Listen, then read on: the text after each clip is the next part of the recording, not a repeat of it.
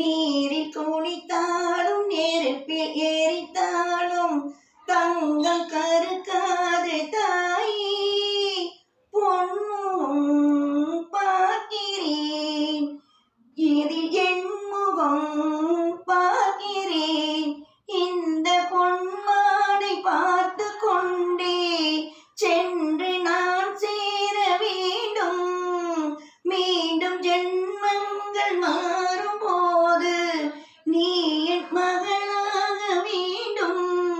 பாசராகங்கள் பாட வேண்டும்.